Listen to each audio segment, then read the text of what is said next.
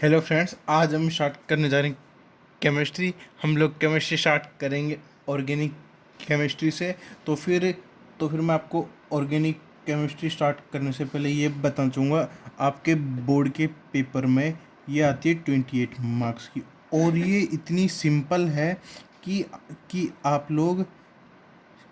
लोग इसमें पूरे में से पूरे मतलब 28 में से 28 इजीली स्कोर कर सकें। इस तो फिर इसको ध्यान से पढ़ना। ठीक है, स्टार्ट करते हैं। Halo alkenes and halo arenes. तो फिर हम सबसे पहले स्टार्ट करते हैं कि क्या होता है। मैं आपको एकदम बेसिक से पढ़ाऊँगा, एकदम जीरो लेवल से, ठीक है। तो फिर हम सबसे पहले देखते हैं इसके क्लासिफिकेशंस, क्या क्या क्या क्या क्लासिफिकेशन है। इसको हमने तीन तरह से कर रखा है classify: first, second, third. First है based upon parent HC। HC means hydrocarbon, based upon nature of halogenated carbon, based upon number of halogens. तो फिर हम देखते हैं ये हेलोजन्स क्या होते हैं। हेलोजन्स हमारे हमारे हमारे पीरियोडिक टेबल के एलिमेंट्स होते हैं, like fluorine, chlorine, bromine, iodine. इन एटम्स को हम एक साथ बोलते हैं हेलोजन्स, ठीक है। तो फर्स्ट क्लासिफिकेशन है based upon nature of parent hydrocarbon, जबकि उसका पेरेंट हाइड्रोकार्बन कैसा है। तो इसमें हमारे आते हैं दो, एलिफेटिक और एरोमेटिक। और एलिफेटिक में आते हैं एल्काइल हेलाइड, यानी जिसमें सारे बॉन्ड हो सिंगल बॉन्ड, उसका कहते हैं एल्केनाइल हेलाइड। इसमें इसमें एक या एक से ज़्यादा डबल बॉन्ड हो सकते हैं, पर वो डबल बॉन्ड होंगे सिर्फ कार्बन के बी बीच में, ठीक है। उसका कहता है एल्केनालाइन। इस टाइप के हाइड्रोकार्बन में तीन डबल तीन ट्रिप एक ट्रिपल बॉन्ड या एक से ज़्यादा ट्रिपल बॉन्ड हो सकते हैं, पर हाँ, पर वो होंगे सिर्फ एक ही कार्बन के बीच में, ठीक है। अब बी, हमारा इसका पार्ट बी, एरोमेटिक। इसमें एराइल हेलाइड, मतलब किसी बेंजीन रिंग पे अगर कोई हेलोजन एटम लगा है तो फिर उसको बोलते हैं एराइल हेलाइड। एराइल हेलाइड इसमें मतलब दोनों का मिक्सचर होता है। इसमें एलिफेटिक भी है और हेलोजन भी, और ये एरोमेटिक रिंग भी है, ठीक है। इसके आप और एग्जांपल देख सकते हैं, लाइक ऐसे CH2 CH2 CH2Br, मतलब ऐसे कुछ भी। इसमें ये पूरी रिंग, इसमें ये पूरी चेन है, और ये रिंग और ये एटम है।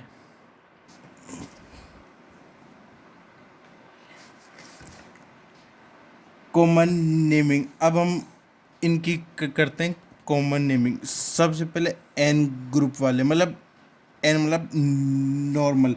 अब जैसे ये है, इसमें चार हैं, मतलब इस चेन में चार एटम है। तो फिर आपने एक टेबल पढ़ी होगी मैथ एथ करके, वो तो सिंपल सी टेबल है, उसको मैं अभी मतलब कि बताना नहीं चाहूँगा। तो फिर इसमें चार है, तो फिर इसका क्या आएगा, ब्यूटेन। इसमें पांच है तो इसका आएगा पेंटेन। ये ये मतलब ये है सिंपल वाला, तो इसलिए नॉर्मल पेंटेन। सेकेंड रहता आइसो ग्रुप, जिस भी ग्रुप में ऐसा स्ट्रक्चर बना हो, CH3 उसको बोलते हैं आइसो ग्रुप। अब देखो इसका नाम, इसमें कितने एटम है, 1 2 3 4, चार एटम है और ये स्ट्रक्चर है ऐसा स्ट्रक्चर, तो इसको बोलेंगे आइसोब्यूटेन। इसमें कितने एटम है, 1 2 3 4 5, और इसमें ये वाला स्ट्रक्चर भी, इसलिए इसको बोलेंगे आइसोपेंटीन। अब नियोपेंटीन, जिसमें कुछ प्लस जैसा कुछ बना हो ना, उसको बोलते हैं नियोपेंटीन। ये प्लस जैसा कुछ बना हो उसको बोलते हैं पेंटीन, ये C, ये 1, ये 2, ये 3, ये 4, और देखो इसमें कितने कार्बन एटम है, 1 2 3 4 5, और इसमें ये वाली शेप भी है, इसको लेंगे नियोपेंटेन। अब इसको याद करने की एक ट्रिक भी होती है, वो ट्रिक है एन आइसोनियो। एन आइसोनियो आपने डोरेमोन देखा होगा, उसमें होता है सुनियो, तो इसको याद करेंगे एन आइसोनियो, ये उसका छोटा भाई है। अब सेकेंडरी ग्रुप और टू डिग्री कार्बन, अब ये समझना बहुत इम्पोर्टेंट। देखो मैं पहले सिंपल सी भाषा में समझाता हूँ। 2 डिग्री या फिर 3 डिग्री या फिर 1 डिग्री वो होता है, सपोज ये कोई हेलोजन है, जिस कार्बन से हेलोजन अटैच है वो कितने से अटैच है वो उसकी डिग्री देगा, ठीक है। जिस कार्बन से हेलोजन अटैच है वो कितने कार्बन से अटैच है वो उसकी डिग्री देगा, ठीक है। सपोज ये कार्बन 2 से अटैच है 1 2, तो ये होगा 2 डिग्री। ऐसे ही ये 3 डिग्री, ये हेलोजन ये कार्बन और ये कितनों से अटैच है, 1 2 3, तो फिर ये होगा 3 डिग्री। ओके, अब है हमारा sixth, benzyl benzal benzo, benzyl benzal benzo, benzyl benzal benzo, benzyl benzal benzo. अब देखो किसी बेंजीन रिंग पे अगर CH3 लगा हो और अपन उस CH3 में से एक H निकाल दे तब बनता है बेंजाइल, एक और H निकाल जब बनता है बेंजल, और एक और H निकाल जब बनता है बेंजो। ये सब आपको जब आप न्यूमेरिकल्स करोगे तब ये सब वो करेगा हेल्प, ठीक है। अब हम देखते हैं थोड़ा हाइब्रिडाइजेशन के बारे में, मतलब कि कार्बन एटम्स में हाइब्रिडाइजेशन कैसे होता है। sp3 कार्बन एटम में हाइब्रिडाइजेशन तब होता है जब सारे बॉन्ड हो सिंगल। sp2 तब होता है जब एक बॉन्ड हो डबल, और sp तब होता है जब एक बॉन्ड हो ट्रिपल बॉन्ड, या फिर कुछ इस तरह का हो, ठीक है। ये आपका हाइब्रिडाइजेशन का सिस्टम है। अब हम हमारा सेकंड क्लासिफिकेशन देखते हैं, based upon nature of halogenated carbon. Based upon nature of halogenated carbon, इसमें फर्स्ट वाला है sp3 halogenated carbon containing halide. इसमें कुछ इस तरह के जो भी होंगे वो इस कैटेगरी में आएंगे, ठीक है। इसमें ये 1 डिग्री है, ये 2 डिग्री, ये भी 1 डिग्री, ये 1 डिग्री। अब sp2 वाले डबल बॉन्ड वाले वो इस कैटेगरी में आएंगे, sp3 वाले सिंगल बॉन्ड वाले। ये सब तो सिंपल है और हम थोड़ा बहुत यहाँ पर डिस्कस कर चुके हैं। अब आता है विनाइल। अब ये विनाइल क्या होता है समझो। सपोज एक डबल बॉन्ड वाला कार्बन है, जब ये डबल बॉन्ड वाला कार्बन है, जब इस कार्बन को छोड़ के इसके अगले वाले कार्बन को छोड़ के अगर हेलोजन लगा हो तो उसको बोलते हैं विनाइल। अगर अगले वाले कार्बन को छोड़ के हेलोजन लगा हो तो उसको बोलते हैं विनाइल। ऐसे ही इसका बड़ा भाई होता है एलाइल। इसमें एक छोड़ा है कार्बन, उसमें 2 छोड़ने पड़ते हैं, CH2 CH Cl। ये डबल बॉन्ड वाला कार्बन है, इसको एक कार्बन छोड़ दो, एक कार्बन छोड़ दो, और ये क्लोरीन लगा दो, इसको बोलेंगे एनाइल। अब बेंजाइल हेलाइड दे, ये ये बेंजाइल का एग्जांपल, ये बेंजल का, ये बेंजो का, ठीक है। तो हमारा third classification based upon number of halogens, मतलब कितने नंबर है, 1 है 2 है 3 है 5 है, नंबर ऑफ हेलोजन्स, ठीक है। Based upon number of halogens, monohalide, dihalide, trihalide, tetrahalide, पॉलीहेलाइड।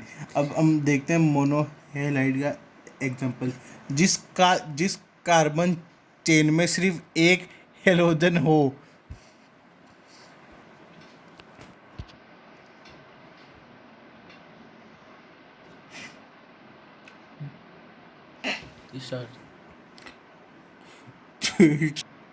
Mono halide, जिस कार्बन रिंग में सिर्फ एक हेलोजन हो उसे बोलते हैं mono halide.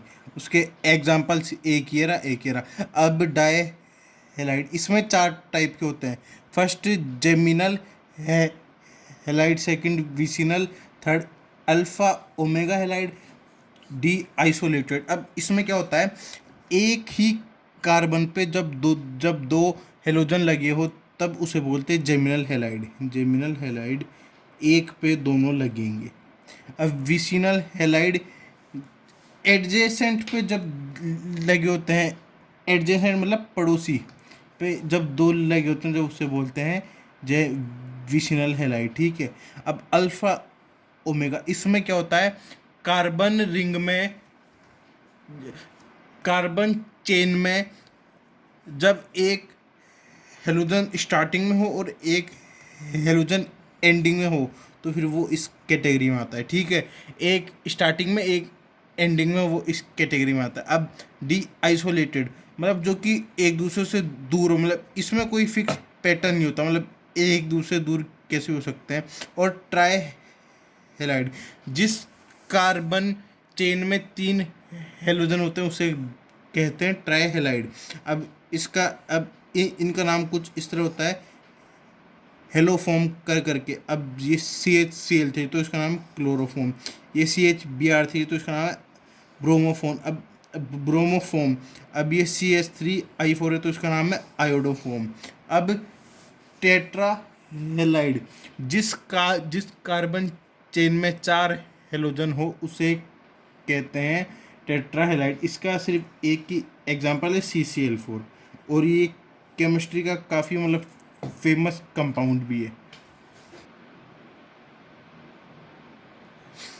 Isomerism in halides, तो फिर ये टॉपिक करने से पहले मैं बताऊँ, चलो ठीक है, अपन पहले ये टॉपिक कर लेते हैं उसके बाद बताऊँगा मैं।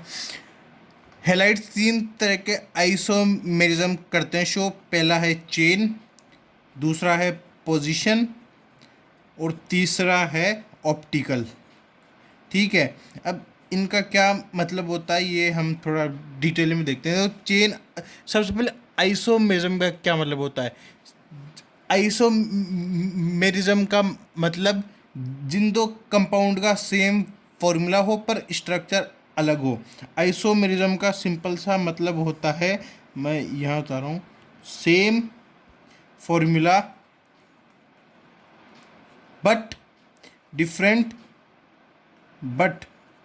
डिफरेंट स्ट्रक्चर हो, उन कंपाउंड्स को बोलते हैं आइसोमेरिज्म। ठीक है। ये सब आपने 10th में पढ़ा होगा, ये डेफिनेशन बहुत बेसिक चीज़ है। हम आइसोमेरिज्म शो करते हैं, पढ़ते हैं। पहला आइसोमेरिज्म चेन आइसोमेरिज्म। अब ये स्टार्ट विथ मिनिमम 4 कार्बन, ये बहुत इंपॉर्टेंट है। Start with minimum 4 carbon. ठीक है, ये बहुत इंपॉर्टेंट है। और अब इसका हम एक एग्जांपल एक देखते हैं, C4AH9Cl। अब देखो ये पहला स्ट्रक्चर है, देखो दोनों का, ये एक स्ट्रक्चर है, ये एक स्ट्रक्चर है। इन दोनों का केमिकल फॉर्मूला सेम है बट इनका स्ट्रक्चर अलग है, इसलिए ये है आइसोमेरिज्म। ठीक है। इसका स्ट्रक्चर अलग है, इसका स्ट्रक्चर अलग है, इसलिए ये है चेन आइसोमेरिज्म। मतलब ये चेन में हो रहा है चेंज, सेकंड पोजीशन आइसोमेरिज्म। अब ये स्टार्ट विथ मिनिमम 3 कार्बन, ये 3 कार्बन के साथ स्टार्ट होता है और वो 4 के साथ। अब इसमें भी आइसोमेरिज्म का वही मतलब होता है, same formula but different structure, same chemical formula but different structure. अब इसका एक एग्जांपल ये रहा, एक एग्जांपल ये रहा। इसमें पोजीशन चेंज होगी फंक्शनल ग्रुप की, मतलब जो भी ग्रुप अटैच होगा उसकी पोजीशन होगी चेंज। इसमें इसकी पोजीशन ये थी और इसमें इसकी पोजीशन ये। और आप ध्यान से देखो, थोड़ा बहुत दिमाग लगाओ तो फिर आप लोग पहचान पाओगे कि ये वाला है 1 डिग्री, ये वाला है 1 डिग्री, और ये वाला है 2 डिग्री, ये वाला है 2 डिग्री। कैसे ये अटैच है, ये इस कार्बन पे अटैच है और ये इस कार्बन से अटैच है, ठीक है। और ये अटैच है, ये इस कार्बन से, और ये दो कार्बन से अटैच है। मैं वापस बता देना चाहता हूँ कि 1 डिग्री, 2 डिग्री हम लोग डिसाइड कैसे करते हैं। सपोज ये कोई फंक्शनल ग्रुप है एक्स, ये किसी कार्बन से अटैच। अब ये कार्बन कितने कार्बन से अटैच है उसके बेसिस पे हम लोग डिग्री डिसाइड करते हैं। सपोज ये 3 से अटैच है तो 3 डिग्री, 2 से अटैच है तो 2 डिग्री, और सिर्फ एक से अटैच है तो 1 डिग्री। ये सिंपल सा। अब ऑप्टिकल आइसोमेरिज्म, ये मतलब कि मोस्ट इम्पोर्टेंट, बिकॉज इसके क्वेश्चन कभी कभार जेई में भी आ जाते हैं डायरेक्ट। इसकी एक कंडीशन होती है, जो कार्बन है उसकी चारों वैलेंसी होनी चाहिए डिफरेंट, चारों वैलेंसी इस एग्जांपल में डिफरेंट है। और ये स्टार हमने इसलिए लगाया है, ऐसा कार्बन जिसकी चारों वैलेंसी डिफरेंट है उस कार्बन को बोलते हैं चिराल कार्बन। चिराल कार्बन, ठीक है। 4 डिफरेंट वैलेंसी मतलब चारों डिफरेंट अलग अलग ग्रुप से अटैच होता है, उस कार्बन को बोलते हैं चिराल कार्बन। तो फिर ऑप्टिकल आइसोमेरिज्म शो करने के लिए चिराल कार्बन होना इम्पोर्टेंट है। जो इसमें सपोज ये हमने रख दिया मिरर, अब इसकी ये बनेगी मिरर इमेज।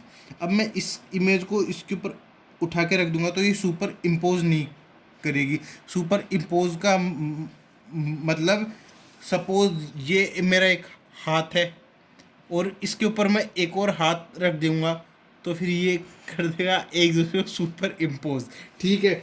ऐसे ही जो भी मतलब सुपर इम्पोज नहीं करेगा वो शो करेगा ऑप्टिकल आइसोमेरिज्म। और ऑप्टिकल आइसोमेरिज्म, हाँ हाँ, तो ऑप्टिकल आइसोमेरिज्म आप ये मत समझिए कि हम इतने से में ख़त्म कर देंगे। ये ऑप्टिकल आइसोमेरिज्म आपके हर चैप्टर में आएगा। ओ, और ये ज़्यादा डिटेल आएगा जो आपके चैप्टर है कॉम्प्लेक्स कंपाउंड्स, उसमें आएगा ये ज़्यादा डिटेल में। तो फिर हम वहाँ पे करेंगे। और मैं वैसे बता रहा हूँ ये जेई के लिए काफ़ी इम्पोर्टेंट है, क्योंकि मैंने देखा है पिछले सालों में कई कई डायरेक्ट क्वेश्चन आते हैं which compound show optical isomerism. मतलब 4 कंपाउंड दे देंगे ए बी सी, उनमें से कौन सा शो करता है ऑप्टिकल आइसोमेरिज्म, और या फिर 4 कंपाउंड दे देंगे और ऐसे पूछ लेंगे which compound does not show optical isomerism, ठीक है। तो फिर तो फिर मैं जेई के लिए काफ़ी इम्पोर्टेंट, वैसे ही इम्पोर्टेंट नीट के लिए भी है, पर हम आप ये मत समझिए हम इसको थोड़े से में फिनिश कर देंगे, हम इसको आगे और डिटेल में पढ़ेंगे। तो ठीक है, ये था आज का हमारा लेक्चर।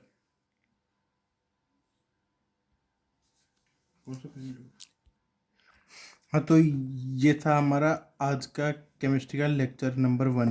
तो ठीक है, इस चैप्टर में मतलब इस लेक्चर में हमने मतलब इतना कोई खास नहीं पढ़ा, बस थोड़ा बहुत बेसिक पढ़ा, वो भी इतना इम्पोर्टेंट है। हमने थोड़ा बहुत आइसोमेरिज्म के बारे में जाना, वो मतलब कि थोड़ा इम्पोर्टेंट है। अब मैंने बीच में एक टॉपिक स्किप कर दिया, वो है नोमेनक्लेचर। उस टॉपिक में मतलब नेमिंग ऑर्गेनिक कंपाउंड्स की। तो फिर मैं ऐसा सोच रहा हूँ वो टॉपिक में चारों ऑर्गेनिक केमिस्ट्री के चैप्टर्स का साथ ही मैं करवा दूंगा। मतलब हेलो एल्केन्स वाले का, एल्कोहल वाले का, एल्डिहाइड कीटोन वाले का, और वो नाइट्रोजन कंटेनिंग ऑर्गेनिक कंपाउंड वाले का, मैं इन सब का नोमेनक्लेचर एक 2-2.5 घंटे की वीडियो बना के साथ में करवा दूंगा। तो वो थोड़ा ज़्यादा बेनिफिशियल रहेगा आपके लिए भी और मेरे लिए भी। वैसे आप लोग इतना टेंशन मत लीजिए कि नोमेनक्लेचर नहीं हुआ या फिर छूट गया। वो बोर्ड में उसके सिर्फ 2 क्वेश्चन आते हैं, वो भी इतने सिंपल सिंपल, कुछ मतलब कोई भी कर सकता है। वो 2 या 3 नंबर का आएगा मैक्सिमम, मैक्स टू मैक्स, ठीक है। और जेई के पेपर में मतलब कि इतने क्वेश्चन नहीं आते, मतलब डायरेक्ट क्लेचर से, फिर भी मतलब वो करने से थोड़ा कॉन्फिडेंस होता है बिल्ड। तो फिर मैं आपको करवा दूंगा सारे मतलब सब चैप्टर्स का एक साथ, और फिर हमको उसके बाद कॉम्प्लेक्स कंपाउंड जो हमारा चैप्टर है उसका नोमेनक्लेचर भी करना है। तो फिर मैं वो एक अलग वीडियो बनाऊंगा, मतलब हमारा नोमेनक्लेचर की हमारी बनेगी 2 वीडियो, ठीक है। फिर मतलब नोमेनक्लेचर, और वो इतना हार्ड भी नहीं, मतलब कोई भी कर सकता है। हाँ बस बीच में एक दो नाम आ जाते हैं हार्ड, मतलब वो 95% ईजी है, वो मैं करवा दूंगा। तो ठीक है स्टूडेंट, दैट्स फॉर ऑल, आज के लिए इतना ही। जय हिंद, जय भारत।